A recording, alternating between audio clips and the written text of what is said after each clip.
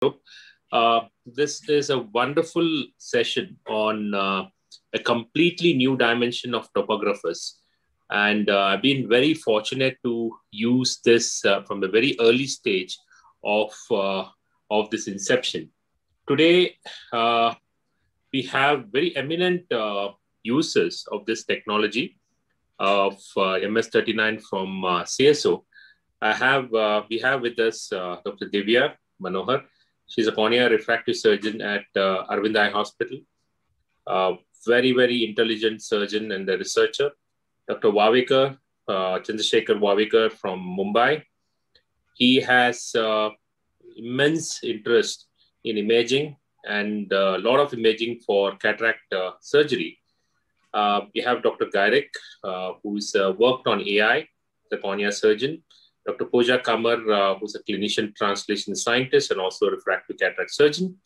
And joined by three of our young researchers in optics lab, Dr. Sneha, who's a cataract surgeon, Dr. Ritika, cornea surgeon, and Reshma, who's a cataract surgeon. So I would like to start this meeting with an introduction from both Dr. Chandrasekhar sir and Dr. Divya, both who are very old users. Dr. Divya is a very old user. Dr. Chandrasekhar got it recently. And then we'll follow it up with a live demo of the software, which will be conducted by Dr. Pooja and me. And then some AI-based discussion and some cases is what we're going to follow. Dr. Divya, would you like to share your screen? And your time is, try to see if you can do it at 8 to 9 minutes or 2-3 minutes. If after every session, we can have discussion instead of keeping it at the end so that there'll be a continuous flow. Sure, sir. Are my slides visible? Perfect, Divya. All the best. Thank you very much at the outset, sir, for having given me this opportunity. And today my topic would be refractive surgery and MS39. How would it be useful? I will just be touching upon the basics as the following speakers would be discussing in detail about it. So, as we all know, MS39 allows for accurate measurement of the anterior segment with the help of topography maps and OCT sections. So it combines both. It works on Placido disc as well as the ASOCT methodology. So the important maps that are needed for any refractive surgery are the 4-map refractive maps: thickness screening, keratoconus screening, the Gaussian curvature map, Zernike analysis, the epithelial wavefront analysis, optical quality summary, pupillography, and tear film analysis. So the 4-map refractive again provides complete basic information about the topography of the patient's cornea. And it also gives us an idea about the sagittal anterior curvature, the corneal thickness, anterior elevation, and the posterior elevation. The new thickness screening map, which is available, is the epithelium thickness map, the stromal thickness map, and the stromal elevation map. I think these maps are not available in the regular Pentacam or other screening modalities that we have. So I know there is one more speaker who's going to be talking to us in detail about the epithelium thickness map. So this is what you see. The epithelial map uses the OCT for measuring the epithelium, and it measures about 9 millimeters of the epithelial surface. The corneal epithelium is actually able to remodel itself and mask topographic and keratometric abnormalities of the underlying Bowman's membrane. And it actually masks any stromal irregularities in conditions like keratoconus. So imaging and analyzing the corneal epithelium and stroma independently can actually give us a better understanding of what exactly is happening in the cornea. And these maps can help us customize any flap thickness, or it can also help us assess any irregularities that's causing aberrations post-refractive surgery. So this is again, what you see is the stromal thickness map. And the stromal elevation map, again, can give us an idea of if there is any ectatic disorder, and it can also pick up any subclinical or preclinical diseases. So this is the keratoconus screening, which is a part of this software. This actually gives us an idea of, every map separately. So it splits the, the anterior surface, the posterior surface, the epithelial thickness, stromal thickness, and the total corneal thickness. Everything is divided, and it gives us an idea of what exactly is causing an issue and whether the patient that we are screening is the right candidate for any refractive surgery. Again, it also gives us an idea about the ABCD classification, that is keratoconus staging. So the advantage of the Bellin ABCD staging is that it's centered on the thinnest point of the cornea rather than the apex of the cone. And it looks at both the anterior and posterior surfaces of the cornea. Again, keratoconus follow-up, when we have a patient who's coming to us regularly, we're able to have series of scans, and it actually tells us whether the patient is progressing, if there are any stromal changes per se. So this gives us an idea as to whether the patient needs to, go in for corneal cross-linking or any such management surgeries. Again, we have something called the Gaussian curvature map. So the Gaussian curvature is nothing but it is the product of the steepest and the flattest local curvatures at each point on the given surface. So both the sagittal and tangential maps show the curvature values of the surface along the meridians. In other words, they do not actually consider the surface curvature in sections different from the meridional one. So Gaussian curvature actually of a point on a surface is the real curvature, and it represents an intrinsic property of the surfaces. So, but it is nothing but just the product of the steepest and the flattest local curvature at each point. So it is able to precisely locate the corneal apex objectively, and it also negates any astigmatism and projects ectasia for us. Next, coming to the Zernicke analysis, as we all know, Zernicke actually helps us to simplify the wavefront technology by combining all the aberrations into one simple map. So the wavefront analyzer software that's available will actually will give us an idea about the information, and also it will give us the refraction and diopters. So next, the epithelium wavefront analysis map. So epithelial map, as I already said, uses the 9mm zone of the epithelial surface, and it actually gives us an idea to analyze the corneal epithelium and stroma independently again, and also tells us what exactly is causing issues. This is the optical quality summary map. This is something which I really like because it gives us an idea or simulation of what the patient is actually seeing. And then when you have a modality where you could actually click on the map to see if the aberrations are causing any vision distortion. So when you remove it, you will know how exactly the patient will visualize, especially when you're planning for something like TCAT. So again, this is the bilateral summary map of enantiomorphism. Enantiomorphism is nothing but it is the mirror symmetry between the right and the left corneas. So basically, it helps to differentiate between the normal and keratoconic eyes by analyzing inter-eye corneal asymmetry and also the differences between the flat and steep keratometry readings and anterior elevation difference at any point, at the thinnest point, especially on the cornea. So this again can help us compare simultaneously. Pupillography, again, it's able to, the pupillography is measured both in photopic, mesopic, and scotopic visions. So this actually helps in planning the optical zone for us during surgery. So this is again useful. Tear film analysis for any refractive surgery. It is good to analyze the tear film before we take the patient up for surgery, just to avoid dryness and other problems that they're going to face because of dryness post-surgery. So this machine is also able to give us an idea about the average tear film breakup time, non-invasive breakup time again. So why would we prefer this? When a lot of people might question as to why the other modalities can give us an idea about all this, but I think these are the advantages that this particular machine has. And I really like the epithelial map and the optical simulation summary that we get. Thank you, sir.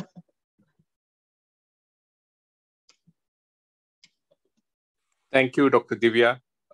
Wonderful presentation. I know there were some glitches in informing, but you still, I'm very happy to see that you're fully prepared with the presentation, even though this was a last minute call for you. But thank you. Thank you for being here. So we'll have the discussion after Professor Dr. Vavika presents his talk. Dr. Vavika, sir, are you ready? Yes, I am ready. Can you see the screen and hear me properly? Yes, sir. Good evening, everybody. Thank you very much, Dr. Rohit Shetty, for giving me this opportunity. I'm going to talk on how MS-39 has changed my practice. So no financial interest, of course. MS-39 is really a smart kid on the block. It thinks like an ophthalmologist and presents the data the way we want. And previously, many machines I used to think that I have to adjust to the technocrats' language and their way of looking things. But MS-39 is the other way around. It is helping me immensely in analyzing things. Everything is available under one roof, and most of the times on single screen. There is a new classification of the cornea now, which has started because of this. Dr. Rohit Shetty has always been telling us that you treat epithelium separately than the rest of the cornea, and we used to use it only for few things. But now we realize that how important epithelium is and how many times it can create problems for us.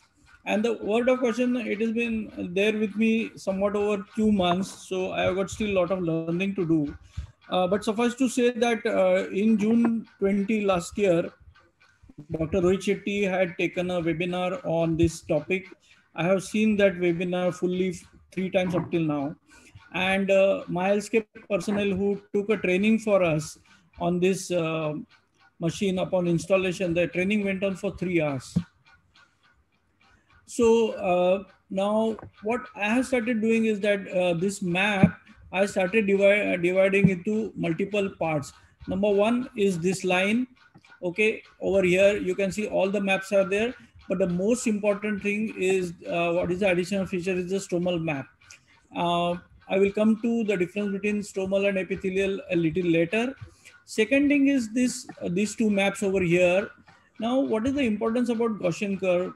The previous speaker already explained, so I'll just harp on the important point, is that it does not change with so many, small parameters which change with time, the pupil size and fixation and so on.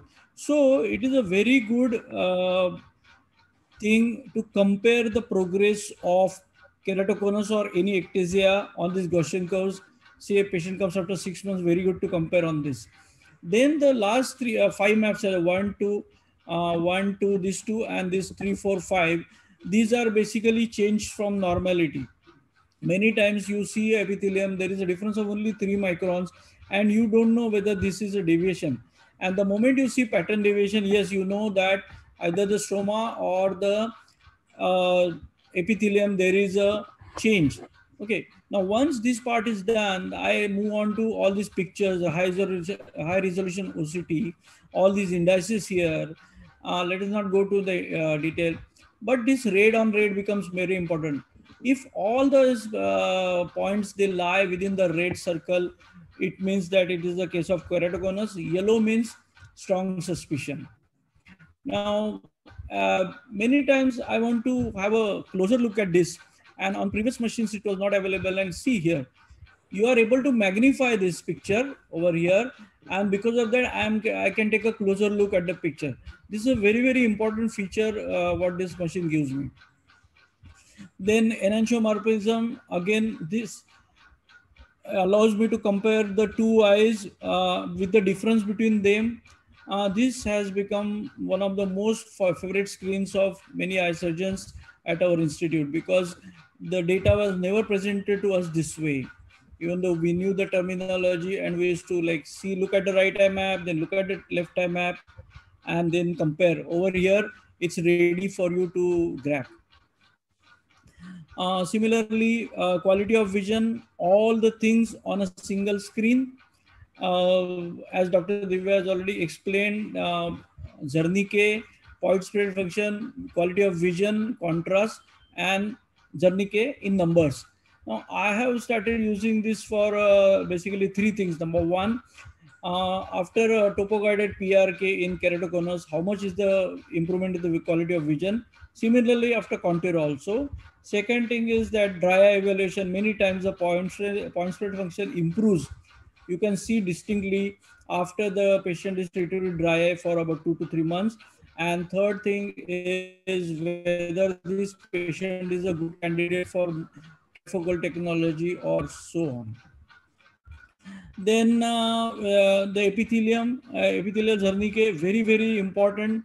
It has happened to me that the epithelium is causing astigmatism of say 0.75 diopters, and you treat dryness of eyes, and after some time you realize that HOA as well as astigmatism has come down, and the patient becomes an okay candidate for a trifocal IOL. So epithelial Zernike, again, very good feature.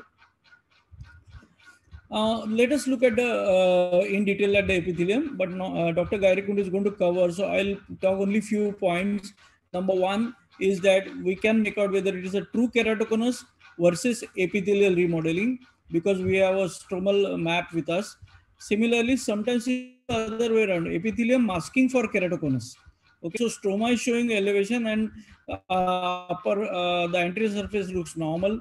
For Streamlight and Trans-PRK, you have epithelium thickness. In one of the cases of advanced keratoconus, we saw that epithelial thickness was 38 microns. Normally, I would have used 50 microns for PTK. And because of that, I saved 12 precious microns thanks to this machine. Then epithelium heaped up, pericataract workup, it can cause, because it can be because of dryness. It can induce cylinder, it can induce high order abrasions. So all this is. I have seen some patients of ortho-K treatment and corneal warpage with epithelium showing disturbance like a ring. Unfortunately, I do not have a very good classic slide to show, but I think people who are working on this, they will understand what I'm talking. And then bilateral summary, of course, we are discussing. For cataract surgery, I started using MS39 for various purposes. Tomography, that we like to see the anterior surface of the cornea and the posterior surface of the cornea.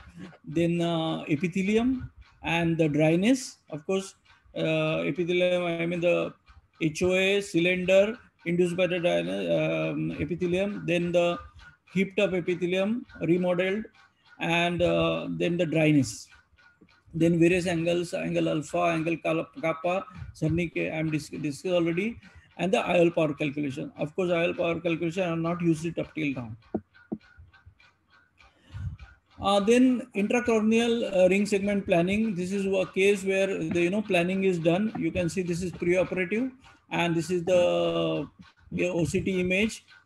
You can see the ICRS. Thanks to CSO for giving me this slide. And this is our own patient. This is the pre-op map and the post-op map after ICRS. You can see the cornea getting flattened by almost 9 diopters. ASOCT. One of the beautiful features of this machine is a high quality ASOCT. In fact, I have started relying more on the ASOCT of this machine than on other machines. So this is a case of keratoconus. Then this is a normal LASIK flap. This is a detached DSEK flap. And this is a dark patient. And no, this is a narrow angle, sorry. And this is the normal LASIK flap. And this we already seen. Beautiful ASML. One of the important features, another good feature of this machine is that it allows you to magnify a certain area and see whether what is the culprit behind the patient's symptoms. Sometimes the Bowman's membrane is irregular, sometimes the epithelium is heaped up. How do you place the corneal scar? In case of punctate epithelial, SPK, superficial punctate keratitis, whether it is a active inflammation or it is a scar, you can easily make out from this high resolution OCT images. I could. Nowhere up till now I have seen ICL as clearly as I see with MS39.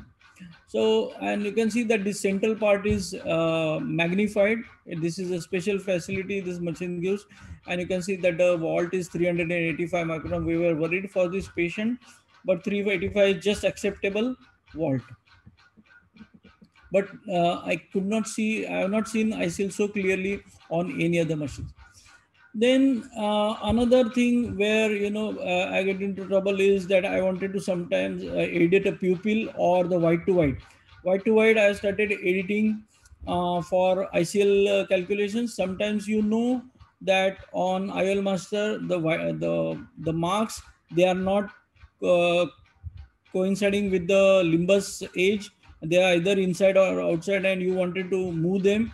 Over here, that is possible, which has not been possible on IOL Master or Pentacam. Then these are some unexplored area: glaucoma workup, IOL power calculations, and scleral lens fitting. I have not gone into this. Meaning I have gone, but very little, to a very little extent. So let us not talk about it. But all these facilities are there. So this is in addition to normal, refractive workup, pupillography, etc. I wanted to concentrate only on the salient features. Otherwise, 2 hours are not enough for this talk. Thank you very much. Thank you, sir. Can you stop sharing your screen? Thank you. So what I thought was, Dr. Divya and Dr. Chandrasekhar sir, when we do the live demo, Dr. Pooja, if you can start the live demo, we can have the discussion also. So it saves time and gives us time for you to show the whole program as it is. Dr. Pooja, are you ready? Yes, sir. So Dr. Pooja is a cornea refractive surgeon, cataract refractive surgeon. He also looks after all the research related to the imaging and the molecular pathways. She has the software from which she's going to beam a few cases. This is a good time for us to discuss. Also, Dr. Divya and Dr. Chandrasekhar sir, if you can just pitch in wherever you want, or you want to show something which is your favorite, please ask her so she can use this software. So next 20 minutes, we'll use this opportunity to really beam this live. Dr. Pooja, it's all yours. So basically, this is how your software looks like when you are in, just 1 minute. Like this is the 6 map which you get when you open the MS39 map, which Dr. Vavikar and Divya ma'am has already spoken about. So you can actually, just on the software, you can customize what all maps you want and what you want to see in the 6 maps, like tangential curvature, corneal thickness, epithelial thickness, stromal elevation, post elevation, anterior elevation. I'll just go straight to the point. The beauty of this machine, as both of them mentioned, is that it gives you the epithelial thickness. So when you have an epithelial thickness and also like epithelial thickness is given by other instruments also, but here what it does is it dissociates your epithelium and it gives you the true curvature at the stromal level. So if we have a myth that, everything starts at the posterior surface, but it is not the case. Like, you also have to look at your Bowman surface or stromal surface to see what the true elevation is.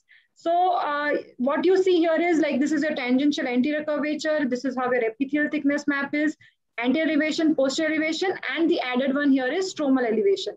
So just like what our topography looks like, green means it's even, blue means it's on the flatter side, and yellow means it's on the steeper side. So this is one case example where you can see that there is some inferior steepening present here, which correlates here with the stromal elevation. But here, epithelial thickness, a little bit of hyperplasia is there, which correlates. Pooja, can you use your cursor, please? I am using, sir. But I don't think we are seeing the cursor. Okay. 1 minute. It's okay. Now can you see, sir? No, I think we can't. But anyway, continue with it. Let's not waste time. This one. So did you share screen or share the you shared the entire screen, right? Yeah. This one. Can I point it? Doctor, what you can do is you can just stop your screen sharing. Okay. Then again, click on share screen button, and at the very left-hand topmost corner, you'll see screen. Mm-hmm. Just click on that. Screen. Okay. Yes, screen. Click on screen. Now you can see my cursor or still no? Yeah, that's perfect. Okay. Yeah. Okay. Thank you. Okay. So here you can see that there is a little bit of inferior steepening present here, which is actually correlating with your epithelial thickness. So if you just see the tangential anterior curvature, you will think that this is an inferior steepening and you will avoid doing a refractive surgery on this patient, thinking that this is a suspicious case. But if you now correlate with the epithelial thickness, it actually coincides. Your epithelial hyperplasia coincides with your inferior steepening. But if you see the stromal elevation, actually the stroma it's normal. The curvature is extremely regular. There is no stromal elevation present here. And also there is no anterior elevation present here. Post elevation, yes, it is there, but it's on the normal side. So this is what it tells us that, whenever you have an inferior steepening and you are in doubt, you correlate your epithelial thickness changes, whether it's in the same area or not, and see the stromal elevation, whether it's present or not. And that is how we come to know that it's a normal surface or an abnormal surface. Now, this is one case. I'll just go to the other eye of the patient. Just give me 1 minute. I'll have to every time do this. So,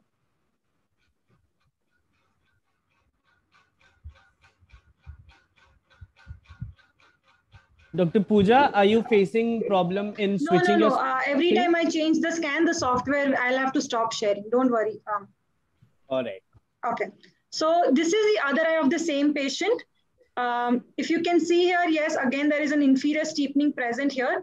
But what Vavekar sir spoke about in his case, like O-shaped epithelium or a ring-shaped epithelium, which you see in keratoconic eyes. If you see here, then this epithelium has actually got a donut shape of an epithelium present here with a very small zone here.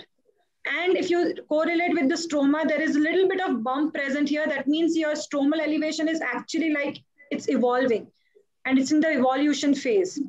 So, would you like to? Basically, what this case demonstrates is it demonstrates that one eye, if you just look at the one eye, it looks that there's a completely normal topography. But if you look at the other eye, there is an earlier sign of maybe an evolved or aborted ectasia. So look at the corneal thickness. It is 580 microns. We shouldn't be worried if you have not looked at all this. But if I have to do a procedure for this patient, even if it's a -2, I would do a PRK on this because of this. If not for all this technological knowledge, we would have probably done a LASIK or SMILE or one of those procedures. Dr. Vavekar or Dr. Divya, would you want to say anything about this case? Because this is a representative case of why we need these kind of hybrid tomographers, because this picks up a very beautiful way of understanding the power of imaging everything in total. Absolutely, sir. It's giving us an idea of everything. So each layer is displayed. So as you said, even if it is an early ectasia or aborted ectasia, PRK would be the right procedure, as you rightly mentioned. Dr. Pooja, can you go on to keratoconus screening and see pattern deviation in this patient? Sure, sir. You can see the keratoconus map, sir? Yeah, see now you know very well that epithelium pattern deviation is not there, but probably in stroma there is a very small area of pattern deviation, which confirms that it should not be dealing with doing LASIK, but it should be doing PR. Am I right? And absolutely. That is, this is where see, many people tell me that, why should I buy a costly machine when it's going to burn my pockets? I would say the opposite. If this was any other topographer, like any other conventional topographers, you would see an inferior steepening. What would you do? You would either do nothing, you would be scared that this is an keratoconus, or you would just send the patient off because not all of them would be suitable for ICL. Because if you understand the whole cornea in a holistic way, you would probably end up doing a procedure which will increase your practice. So what I'm saying is, it's not going to burn a hole, even though CSO and my healthcare people are the ones who are going to benefit from this. But eventually, this is going to add more value to your practice. And I think it's going to, my practice has increased since the time I got MS-39. This is I think it's close to 3 years now. We were one of the first to buy it, and we had a different software. Now we use this beta testing software. Now the software is out open for everybody. Do you agree to this, Dr. Vavekar and Divya? For me, it's increased the practice, not decreased at all. Yes, basically, lot of patients are getting into the repertoire. So we are able to fit the case somewhere. Previously, we would have blindfoldedly rejected the case. Pooja, if you go for any other patient where you have an epithelial map, go for an epithelial map. Let's do some epithelial cylinder Zernicate, because this is completely new concept of this. And Dr. Divya and Dr. Chandrasekhar said, you want to see anything you want to show, please let her know, and she would open that particular software, which is your favorite. In fact, it has a big role in cataract surgery also, because it helps to look at when you are healing, and sometimes you put a diopter and half cylinder, sometimes you feel that the cylinders have not functioned. Then you can look at the epithelium and you know which part of the cylinder is actually being taken care and what is actually driven by your corneal epithelium. So no problem. Epithelial mapping has become, and if any one of you are using Schwinn, you can actually feed in the central epithelium thickness and the peripheral epithelial thickness, and that can only possible with the Schwinn machines now, because other machines don't give you that freedom to do it. Okay, I think here again, interesting case, superior stapling, but there is an inferior epithelial hyperplasia, maybe a contact lens wearer. Let's go to the epithelium Zernicate. If you can just, wavefront is an interesting here. It's a Zernicate. If you can just hold on for a second, let people know, whoever who are new to this, it's got an epithelial Zernicate, optical quality. Let's go to just the epithelium. And this is an interesting map here. The one eye, the OS is absolutely normal. There is no, you can see that there is a 5 millimeter zone. You can just put your cursor and say that this is the other eye, where if you go to the 4 millimeter zone here, you can see that a small amount of cylinders have crept in. That means a small amount of 0.5 to 0.30 cylinder is coming directly from your epithelium. In this case, it's not so manifest, but there are times when we had close to a diopter of cylinder from the epithelium itself. And it also gives you the epithelial Zernicate maps, which is a complete epithelial Zernicate map, which is useful for understanding how good or bad the quality of vision is driven by the epithelium itself. So, you want to say anything? Anybody wants to add anything to it? You have a case like what Dr. Naren Smriti had shown, where the epithelium was creating, there was a remodeling in the center. The epithelium was somewhat thick and it was throwing a coma. You have any case like that? Just give me 2 minutes, sir. I think some of us... You can keep the discussion on so I can pull out that case. Yeah. So, can I ask? Yeah. Epithelial remodeling in cataract surgery, is dry eyes the only cause, or what are the other causes? I feel dry eye is one cause. The second cause is how much time, this is my hypothesis, the time you spend under the microscope. The faster the surgeon, the better. Many times, if you are very slow and you take 45, 35, 40 minutes with the case, when some beginners are doing with your phaco, because of the microscopic light and long time use of, sometimes you keep putting Paracane, because all this changes the ocular surface a lot. And once it changes, you bring in the tsunami. So I feel a combination of these two. But if you want to have a good ocular surface, you have to take care of it post-operatively well. And many times the cataract surgeons just prescribe lubricants and nothing else. You have to take care like how you do for a refractive surgery. You have to look at cyclosporins, look at iLight, EI, or, lot of times we do give that EI stimulation before multifocal surgery, so post 3 months. So you have to have a mindset of a refractive surgeon when you operate a premium cataract surgery. It's not just the lens and fitting your lens perfectly in that space. It's also about how do you take up the ocular surface. Yeah, is this the case, Pooja? Yes, so if you can see here, sir, Vavika, sir, I'll just show you the 6 Show the map. topography also, please. Show the topography I'll first. go to the 6 map. Yes, so Vavika, sir, this is the case I think you were talking about, or a similar case, where you see that there is a little bit of, not little bit, like a lot of inferior epithelial hyperplasia. The center epithelium is around 51 microns, but if you go towards the periphery, it's going to 59 and even 64. So, but your stroma is absolutely normal here. And the wavefront epithelial journey, wavefront analysis shows that the epithelial only it's showing as plus 1.3 with minus 0.5 cylinder. So that only be 4 millimeter pupil. If the patient has a bigger pupil, it will be much. If still it is 0.76 and minus 0.36, sir. Can you increase the pupil to 7? It's not possible. So this is a very important point. Go to 2. Sir, I will just raise 1.6. Just go to 2 millimeters. So for everybody here is a very important case, because when the patient is actually reading a small print, he induces only from the epithelium point of view a plus 2.5 diopters with a minus 1 cylinder.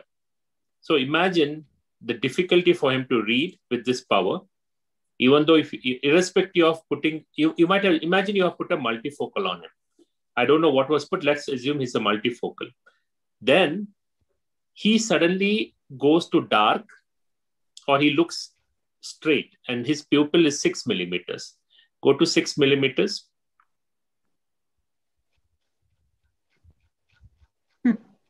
This is now, suddenly his vision drops.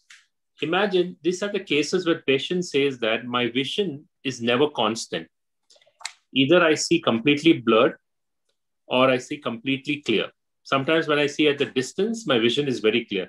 Every single time we would blame this on a lot of factors other than the epithelium. But sometimes, this case will have to tell us that your change in your pupil size inducing diffractive error change could be driven by just an epithelium. And this is a brilliant case to demonstrate that. Now, Pooja, tell me what you're saying. So one more point I wanted to ask your suggestion, because see, if you see the epithelial pattern here in the higher order aberration, it is more going towards the keratoconic type of an epithelium. So when your pupil size is larger, though it is not accounting for the refractive error here, but the epithelial profile is like a keratoconic case. So that is also what will impact the quality of vision of the patient. Not the quantity, but the quality. So absolutely. For example, you can see that it's a 0.4 diopters of spherical aberration. If you can put it there, it's a 0.4 microns or diopters. I don't know. It's in dioptric, I think. So 0.4 diopters of SA is induced by the epithelial change only. Dr. Vavika, do you want to say anything? Just this brilliance of how the pupil size itself changes the refractive error only from the, I'm sure a lot of this would be negated by the corneal lens and everything, but still there's a quality of vision which is deteriorating because of the epithelial change here. Yes, a very, very good case. Point number 1 is that, see, epithelium, the center one is 51 and this periphery is 64. Now 13 microns is quite a lot. Even 4 microns difference on epithelium is significant. Second thing is that this patient, if we put a multifocal, going to be completely unhappy, because when the pupil gets small, he is getting a plus refractive error only because of epithelium, and he's not going to have satisfactory near vision. And at distance, he's got so much keratoconus like aberration pattern, and therefore this patient would have been unhappy solely because of apathy. And these patients, what you can do is you can give a trial of the best lubricant to regularize the epithelium, especially when you have this crater, is Trehalose. Because Trehalose, when you have a very thick epithelium, Trehalose is not the great one, because Trehalose also has a tendency to swell the epithelium and make it thicker. But when you have this central, like this dip, Trehalose works wonderfully well because it creates a increase in the swelling of the epithelium and increase in the uniformity of the epithelium. So if you do put them on Trehalose for 3 to 4 months with, say, cyclosporin or one of these medications, when he comes back to you, you will see this cornea being more regular. And we have seen that a lot of these patients, epithelial-related irregularity just disappears. So one take-home point is, when you see this kind of irregularity, the best medication is to look at Trehalose, because that is made for, because this is an hypertrophic epithelium, and Trehalose work on anything with there is an hypertrophy, anything where there is an autophagy changes. So that is a take-home point for this case. Anything else you want to show on this? I think, Pooja, you have shown both the cases are brilliant. I think everything else has been explained by Dr. Divya. Divya, you have to have anything on this particular thing, because picking up is one thing, managing is the second thing. And, we have to manage this irregularity. And the best way, I believe, is to take care of the ocular surface. Yes, sir, agreed. I think I also had one case where post-PRK, the patient had irregular epithelium and I consulted with you. So you had advised Trehalose, and I saw how it actually changed, and I didn't have the necessity to go back and, recorrect the patient or anything. Just with epithelial surface, healing, the patient actually improved. The vision improved. Yeah. Thank you. So I think one question, sir. The epithelium, do we have any cutoffs as to say, like, this epithelium, do this kind of procedure or anything like that? See, when you are microns, yeah. When there is a difference in your epithelial from the very center to the periphery of around 10 to 12 microns, you have to be very careful about. And there is meridional change in your epithelial thickness. One meridian is 40, other one is. So I go back and look at the cylindrical component of the epithelium. Up to around 0.5 is expected. You don't have to worry too much about it. But when it becomes more, that will impact your what you're treating. For example, Contura or LASIK, because epithelium is a dynamic one. After you do surgery, it would change again. So you have to be careful about this component factor of this in your planning. And, there's no real nomogram for this, but as long as you are aware of it, and I write on my file that epithelial irregularity, that means that I push more for tablet doxycycline if I'm doing a PRK, or I push more for cyclosporins for a longer time period, and I keep steroids for a longer time, because I know these are all epithelium under stress. A simple epithelium without stress will not behave like this. So our protocol would change based on the type of epithelium we see. Thank you, sir. I think we have finished most of it. Both the talks were brilliant, and Pooja has shown 2 important cases. I think we'll move on to the next set of talks. Dr. Gairik, would you like to share your presentation? Yes, sir. Dr. Gairik is a cornea refractive surgeon, and presently he's a consultant with us and also pursuing his PhD in artificial intelligence. And one of the areas of his PhD work has been looking at epithelium mapping using an AI and predicting how they would behave in different procedures. Dr. Gairik? Yes, sir. Thank you, sir. So, thank you, AIOS. Thank you, Rohit, sir, for this chance. I'll be speaking more on epithelial mapping and role of AI. I think very beautiful discussions regarding the utility of MS39 has already been done. Now, I'll not go into details. There are various epithelial tools, the spectral domain and the Placido topographer. MS39 has revolutionized the way we manage and, prognosticate patients post-operatively.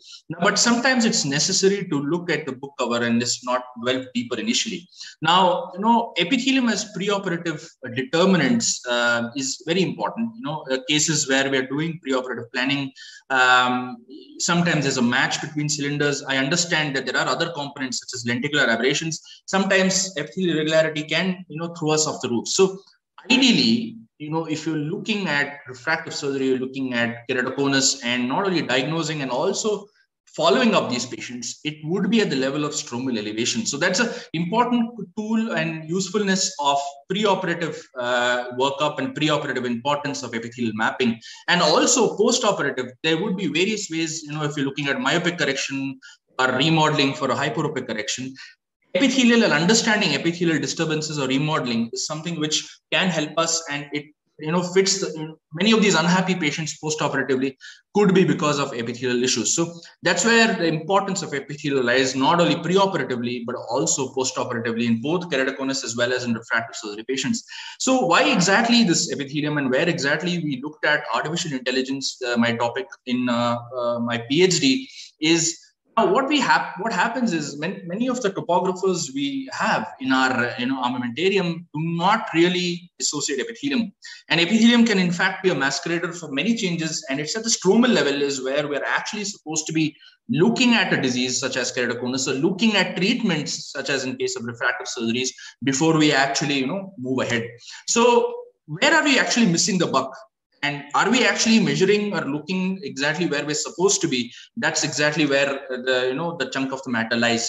Now, prior to MS-39, also we have our institute did develop a novel way of we had the Optiview earlier, where we we had nomograms looking at the air epithelium and the epithelium's Bowman's interface by doing the spectral domain OCT Optiview. And that helped us in, mathematically subtracting the epithelium and just looking at the Bowman's. This is something which we presented way back in, the last physical meet of AO, and this is the one which won. So we looked at how Bowman's topography not only helped us in, in working up a patient, but also we were actually underestimating, the outcomes post cross-linking, because we were not looking at the Bowman's level. We were looking at epithelium post-operatively, and what invariably happened is that, threw us off the chart. So what we actually measure is the one in the blue, and what we should be measuring is the one in the red.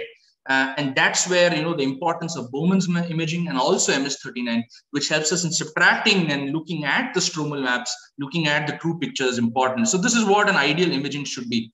I will obviously skip this and look at what we did in terms of artificial intelligence. Now, we spoke a lot about indices. We had good discussions about epithelial Zernicase, epithelial wavefront, lower order aberrations, higher order aberrations. But how do we actually make sense of it? What invariably happens is that when there are multiple indices, it's difficult for us to comprehend and make sense of it and connect it. That's where the challenge lies in using these advanced diagnostics or using these advanced tools. And MS-39 per se, beautiful interfaces, but many of these indices is something which we cannot really make sense of.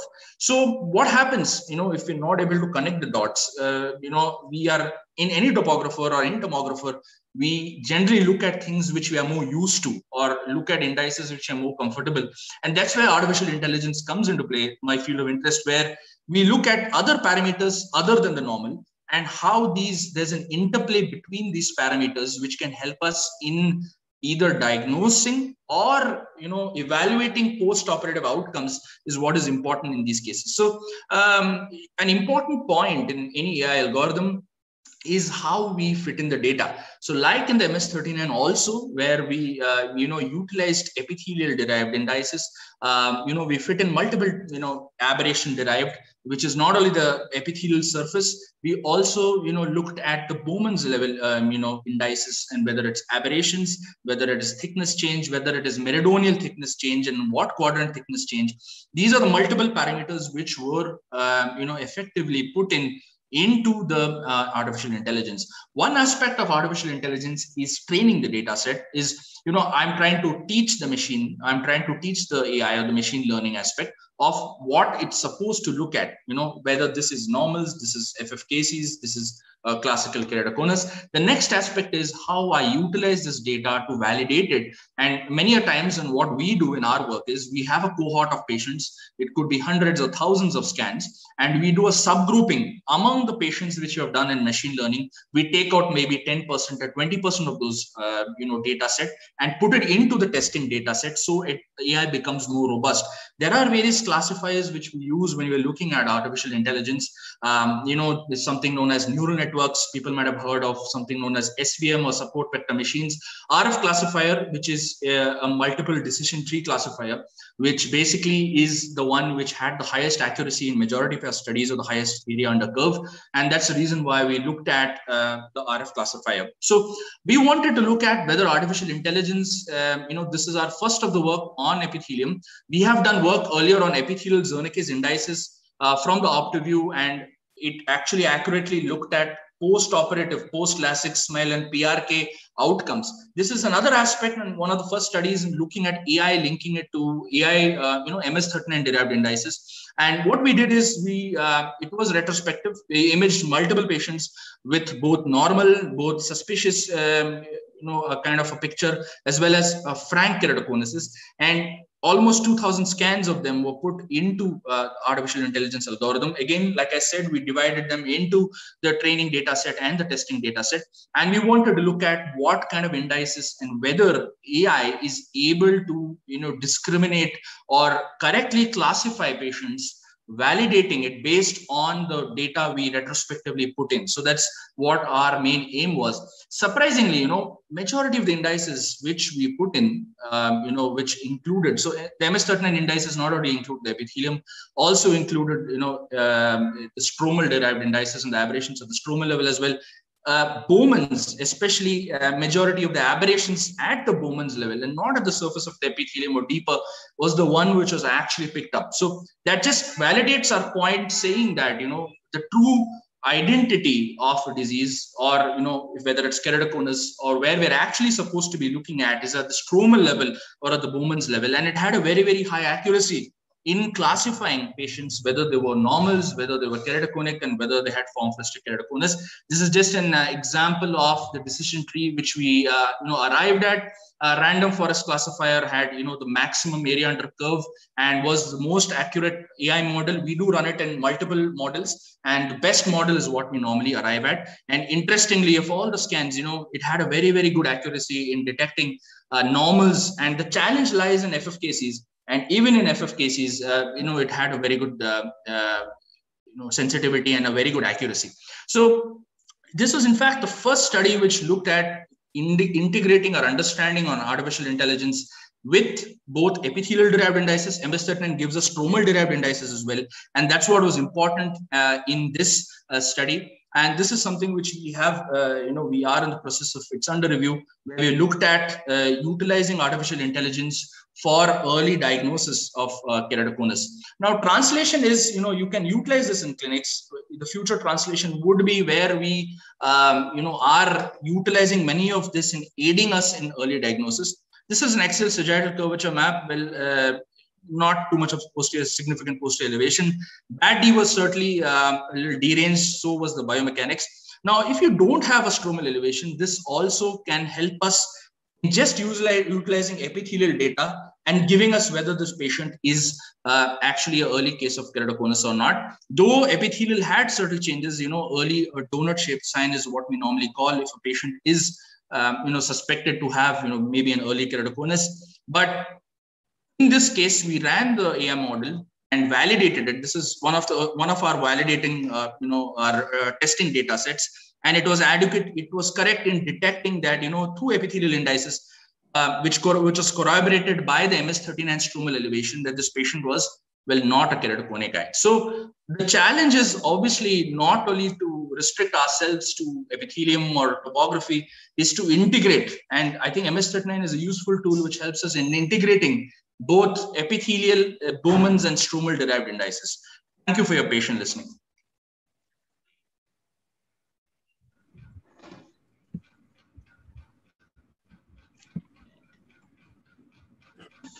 Right. So, do we have any questions on this? Vavika sir, Divya ma'am? No questions from my side. Dr. Divya, would you like to ask anything? Sorry to interrupt, doctor, but we have a discussion session towards the end so that we can have a good discussion. Okay. Yeah. All right. Then So, go on to the next speaker. That is Dr. Pooja Khamar. Puja is over, sir. Puja is over. Okay. So you have now. Yes, sir. What we discussed, the previous case only we discussed that. So it's all done. I don't want, there's no repetition. We have 3 people now. We're going to present. So they can present and then you can conduct the discussion, sir. I'll have to leave for one more session. So you'll have to chair the session now. Thank you. Thank you, sir. Thank you, Dr. Divya. Thanks. Thank you, sir. Thank you, sir. So we have case number 1. Is Dr. Sneha Sengupta there?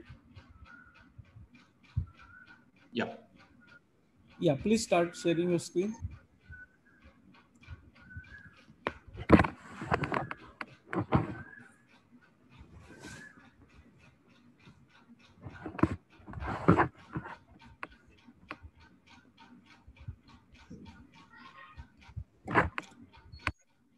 Press slideshow. What's happening? Yeah.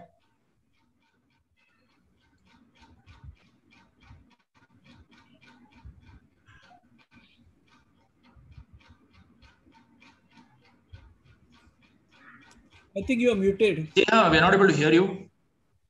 Dr. Sneha, you are muted, I think.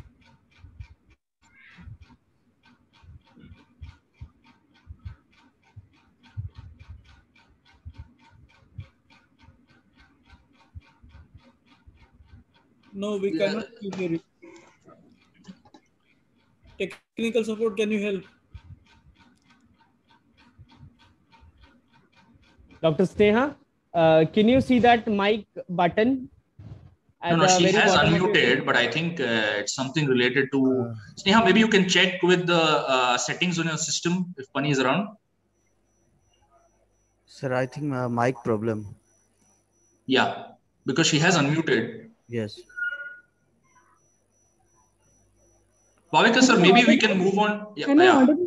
Yeah, now you're audible, yeah. Perfect. Good evening, everyone, and thank you for the opportunity. I would like to now start my case presentation. So a 30-year-old male presented to us with complaints of blurring of vision in both eyes since 6 months. On refraction in the right eye, his refraction was -2 cylinder at 65 with the best corrected visual acuity of 6/6, and in the left eye, -3.5 cylinder at 120 degrees with the best corrected visual acuity 6/6. On retinoscopy, there was scissoring reflex in both the eyes. Anterior segment and fundus examination were within normal limits. We went ahead with corneal topography, and the diagnosis of keratoconus in both the eyes was confirmed. We assessed the high-risk factors or high-risk characteristics of progression of keratoconus, and we found that the patient fell in the low-risk category. So we decided to observe and started him on lubricants containing sodium hyaluronate with trehalose, and asked him to review after 6 months. On his follow-up visit, 8 months later, we again performed corneal topography and found progression in both the eyes on the comparative map. But was this the true picture? So we went ahead with MS-39 scans, and we found that there was epithelial remodeling in both the eyes, whereas there was no increase in stromal elevation when we compared it with the last visit. So thus, it was diagnosed as no progression in both the eyes, and it saved us from performing a procedure of cross-linking, and we decided to follow up the patient after 6 months again. So this is how MS-39 maps helped us to unwanted cross-linking in both the eyes. How did you treat the patient? So we started him on lubricants containing sodium hyaluronate and trehalose, and we called him after 6 months. Excellent. So because we are going to have discussion later, I think we move to the next presenter, Dr. Ritika Maulik. Yes, I'm here.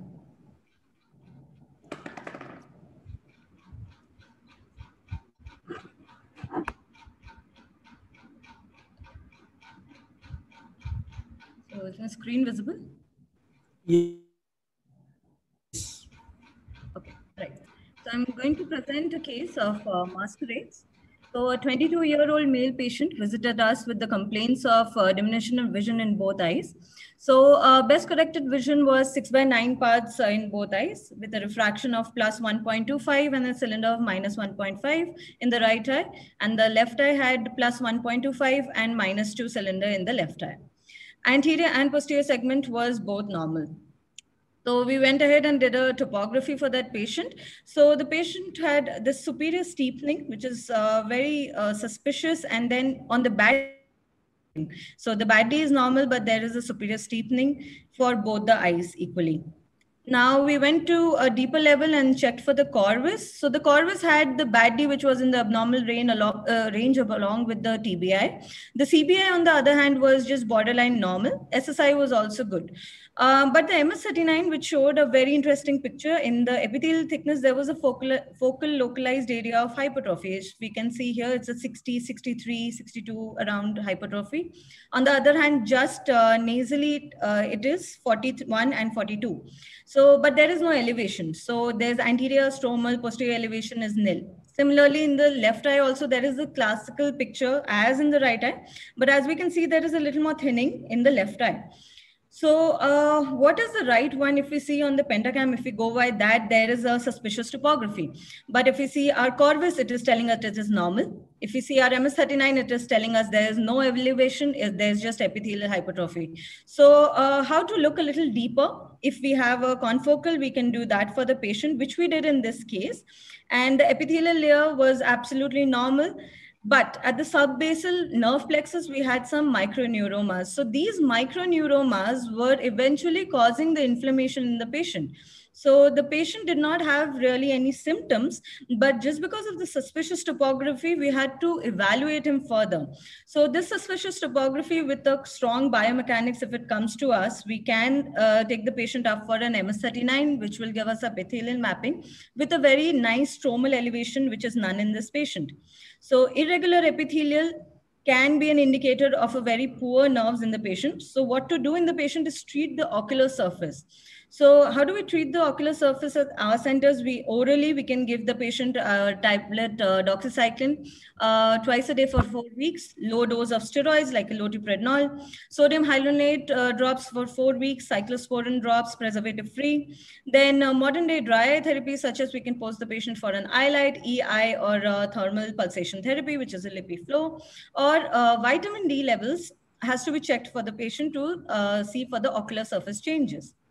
So this was a classical case of an epithelial hyperplasia, which is due to ocular surface inflammation. So that's where I end my presentation. Thank you. Yeah, very good case. There's really a lot to discuss. Then we move on to the next presenter, Dr. Reshma. Yes. Your case, please.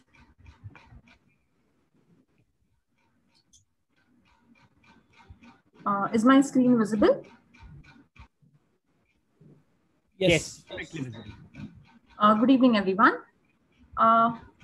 Let's dive right in. And so there are multiple studies which have shown the role of Zernicke application in cataract and refractive surgery. So your corneal Zernicke comes mainly from the anterior cornea, the posterior cornea, and not to forget the epithelium.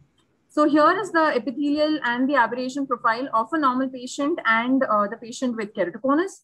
Now let us see an example here. So we have a normal patient with a regular epithelium, and you can see the epithelial profile being normal in this case. While in a patient with keratoconus who has an irregular epithelium, you can see an area of hypertrophy there. So you see the aberrations to be slightly on the higher side. Now, this aberration profile before and after cataract surgery needs to be seen. So we have two patients here, patient 1 and patient 2. So this is a patient 1 with a regular epithelium and another patient having an irregular epithelium. Now, when we operated these patients, when they underwent cataract surgery, we saw that in the patient 2 who had an irregular epithelium to begin with, also had the aberration slightly on the higher side with an induced cylinder of -1. So this highlights the need to see the epithelium before we plan any procedure for the patient, and if required, treat the ocular surface and then go ahead with the surgery. So that is also because this has a significant impact upon the visual quality of the patient. Thank you. Thank you, three of you. And now, before I start asking questions, Dr. Divya, would you like to ask any questions? No, sir, I have no questions. All right. Regarding the first case, which was presented by Dr. Sneha, and the second case presented by Dr. Ritika, the treatment was somewhat different. Whereas in the first case, only trehalose and HA was given, where in the second case, detailed treatment was given. Can anyone explain why the difference, or if there is epithelium is making some tricks, playing some tricks, do you have any algorithm when to treat trehalose and when to treat with doxy? Right. So, sir, in my case, it was on the confocal showing microneuromas. So that was like the ocular inflammation. While in the case of Dr. Sneha, which was showing like a pseudo progression. So that was more leaning towards more like a keratoconus or a rickettsia case. So trehalose in that case will limit, as we just discussed in the earlier talks, that it will flatten or regularize the epithelium. While in what case I showed was just to treat the ocular inflammation, to quiet the nerves down and the symptomology of the patient, which was leading to like a dry eye or like a chronic irritation type of a symptom. Now, like hardly anybody has confocal microscopy available at their center. Is there any simple test which can replace or mimic confocal microscopy? Sorry, I got muted. So I think so we can do a OSDI form, which can lead to giving like the symptomology of the patient. So chronic irritation, burning sensation from the patient, saying where the burning sensation is it related to using a lot of computers, or is it just always, or climatic changes? That can give us a clue along to what lines it is going to. Or microneuromas can also lead to pain without stain. So if the patient does not have any fluorescent staining or those characteristic PEs or SPKs, that can lead to us thinking that they have more like microneuromas and not just epithelial ocular surface change.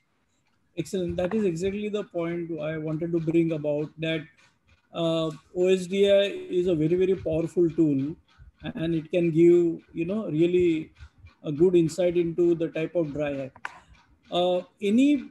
Which patients with epithelial remodeling you would like to consider vitamin B12 or vitamin D3? Yes, so the patients with chronic dry eye, which is not very treated well with the long-term treatment, they're chronically unhappy with their treatment, we can go ahead and check for their vitamin D3 levels. If they have come for the second opinion, we can check there for their D3 levels and then treat them.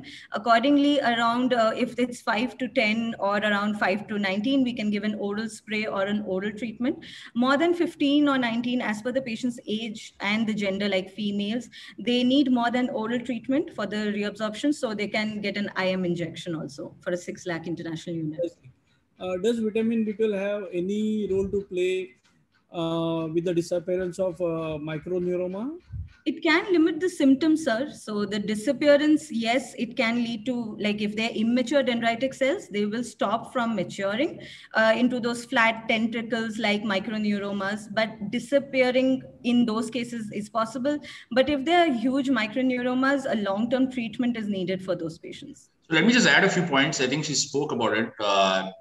More if you're comparing vitamin D and B12, vitamin D is more related to pain, more related to ocular inflammation. Remodeling changes or stabilization is more related to vitamin B12, though not directly related.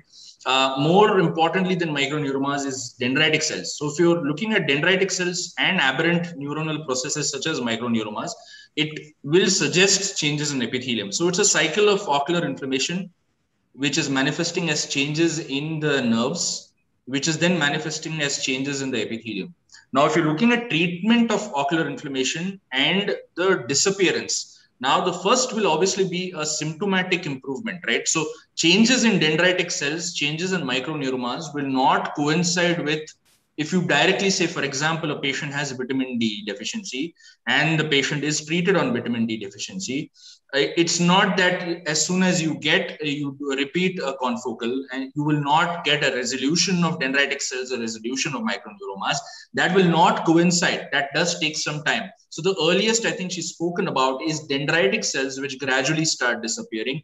These aberrant neuronal processes such as microneuromas might stay for a longer period of time. Okay, so I know confocal is a research tool, but patients post PRK, pseudo regressions, these are the ones who a component of ocular inflammation is seen in majority of them. So treating ocular inflammation, even if you don't have confocal nerves, looking at the nutritional status is very important for prognosticating these patients.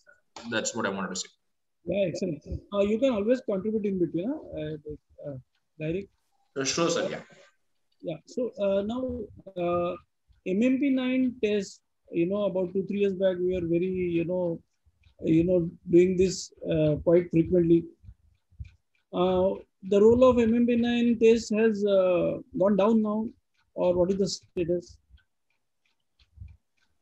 So it's not very specific. MMP9, yes, it is one of the determinants, but what we have found is not in chronic inflammation, chronic ocular surface inflammation, other factors as well. Okay, so that's where I think we are moving towards not only focusing on just one biomarker, but focusing on a combination of biomarkers.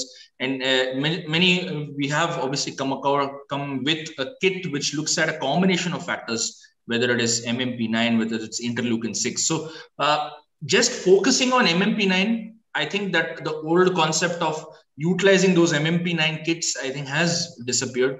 It is more of combination of factors in various scenarios, whether it is a dry eye patient or primary aqueous deficiency dry eye or post-refractive surgery patients. I think it's moving towards that. But yes, doxycycline, treating with doxycycline, which is an MMP9 inhibitor, is one of our protocols we follow for management of either preoperative inflammation and moving towards surgery or even post-op. So doxycycline does have an important role, but just an MMP9 kit diagnosing dry eyes and utilizing just an MMP9 as a marker is, I think, disappearing now. Yeah, we are hoping that the kit will come soon. Now, these 3 cases, what they have shown, very interesting. Basically, all of them are focusing around the importance of, we have a careful look at the epithelium. In these 3 cases, where your artificial intelligence would have helped you right now or later on everybody, and how? Right. So we have, artificial intelligence is still at a nascent stage. But what we have done is, what I spoke about is just artificial intelligence in relationship to epithelial indices, right? We have also done work on Pentacam and using that tomographer and indices derived from that. Now, as we move ahead, where I would see artificial intelligence is, not all centers will be having multiple topographers or multiple tools. AI should be rather built at institutes which have the luxury of having multiple devices, utilize that for machine learning, and it can be given as a plug-in softwares for private practitioners, group practitioners, or smaller institutes, where their respective devices, we can start looking at surrogate markers in each. For example, a change in a Pentacam can corroborate with a change in MS39 epithelium, or can corroborate with the change in the MS39 stromal level. So I might not have a Pentacam, I might just have epithelium on the MS39, but the AI utilizing just the MS39, but utilizing the machine learning data, which we have fed in off maybe a Pentacam, can help us in doing it better. So that's where I think we're moving towards it. One is obviously using hybrid machines such as MS39. And also we're moving towards where we are building surrogate markers in each one of these devices. Yes, excellent. Thank you. Is Dr. Pooja Kamar here? Or anybody can show the case from Narayan Netralaya where, with the change in the pupil size, there was change in the vault. Yeah, I think the problem is, sir, I think Pooja is, that's, the live demo of the software is on her laptop. She's, I think, in another session right now. Okay, so that is one area which has not come up in our discussion, is that the vault changes with the change in the size of the pupil. And we have to check the vault in all the positions. And if at any point of time, the vault is getting too less or too high, we need to vary about that. The simile is, ACIOL, that Kelman multiplex was a very popular model once upon a time. And if you look on the slit lamp, everything will look all right. But when the patient would strain or cough, it would come and hit the cornea from behind. That was why it was causing continuous damage. And that is why it went out of vogue. So I think some similar study, and that is possible only because of MS-39. True, yes, sir. Yes. Dr. Divya, would you like to contribute anything, any other feature? No, I think most of it has been covered, sir. I think Rohit Shetty, sir, has covered most of the points. All right. Then, Dr. Gairik, you have anything to say? Anything? I think it's been beautifully summed up. We looked at interesting cases. We looked at utility of stromal maps. I think that is what is the usefulness and the take home. I think what Dr. Rohit spoke specifically, don't be bogged down by the cost, but the impact it does on somebody's practice. And epithelium is certainly a masquerader. I mean, we can go on for hours and hours on cases of, epithelium throwing us off the roof. But that's where is the utility of such hybrid machines, where, instead of investing on multiple tools, you're investing on a topographer with an ASOCT and a very, very good epithelial tool.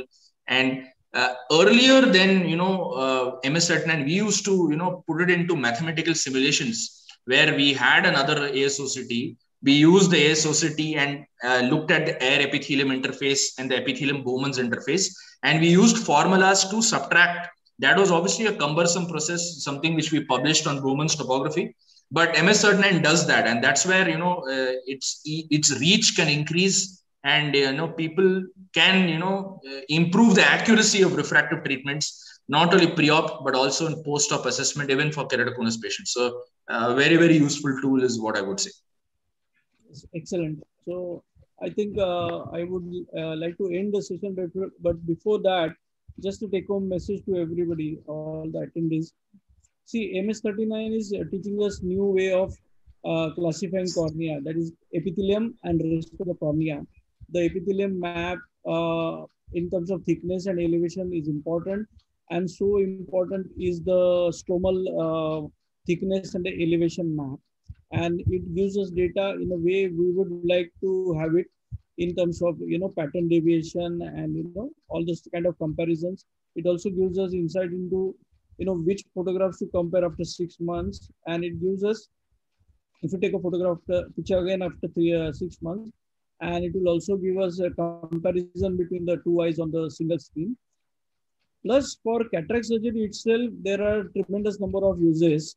And epithelium is, of course, one of them. Now we are understanding that epithelium is playing, as a mischief almost everywhere.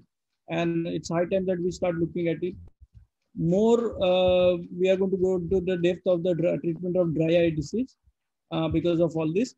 And that is going to relieve patients of many of their symptoms. I thank Dr. Gairik for an excellent presentation. Dr. Divya for a very superb presentation, and I understand that it was given to you at a very last 11th hour. And all the three young doctors, Dr. Reshma, Ritika, and Sneha, for an excellent presentation. Yes, Reshma, Ritika, and Sneha, right. Thank you very much. Thank you for that. Sir. It was a wonderful session. Thank you, sir. Thank you. Thank you. Thank you so much, everyone, for being here. And I can see a question in Q&A. Somebody would love to take that. It's what would be considered as a normal RMS value for aberration? Is the question by Dr. Samarth. Would someone love to take that? Dr. Gairik, would you like to take that? Yeah, so I mean, there are, like I said, it changes with pupil is what we've discussed. you need to look at it as a patient to patient is what I would say. When you're looking at the epithelial wavefront, changes in relationship to pupil is one.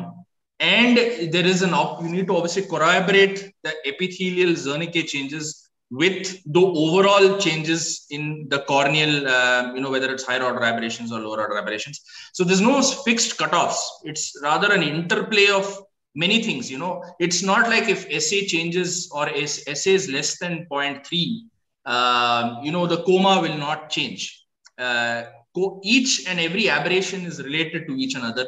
And I think you should take it as a per case on a case-to-case basis. I think your question was for epithelium.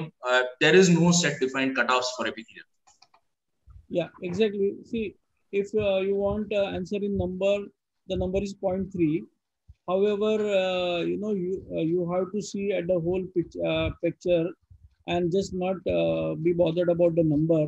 You may have higher order abrasion, high amount of abrasion, but pupil size dependent, and you find the patient is completely comfortable. So yeah, don't go by numbers, look at the whole picture. That would be the message. Thank you. Thank you so much, everyone, for being here. This was an insightful and informative session. And this is the first session when I did not pop up on the screen to say the time is up. So thank you so much for keeping on time as well. Yeah, we finished ahead of time. Here at Hall D. Yeah. My name is Nirup and I'm from Team Nikhil Khatri and Grover AV Solutions. Hope to see you all soon. Bye-bye. Have a great day ahead. Hope we see each other in a physical meet soon. Yeah, let's hope that we'll meet sometime. Yeah. All right. All right. Bye. Thank you, everybody. Bye, sir. Thank you, sir. Bye, Bye, sir. Divya, ma'am. Thank you. Yeah. Thank you. Bye. Bye.